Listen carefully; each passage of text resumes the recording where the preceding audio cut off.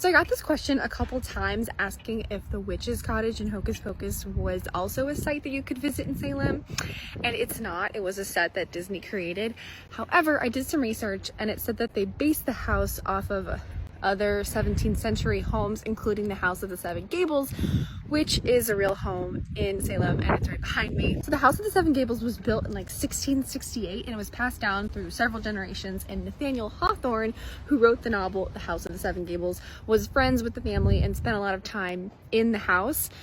A gable is basically like a point on a roof, like right there.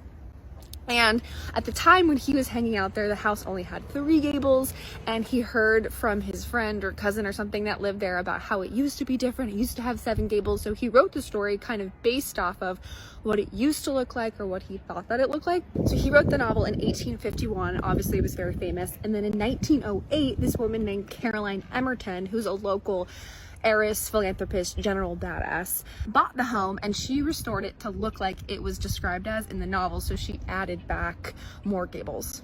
She also turned the property into a museum. She moved Nathaniel Hawthorne's birth home, which isn't on this property, it was in another part of Salem. She moved it to the same property so you can see all of them at once. They're now sitting there together. She also started a foundation.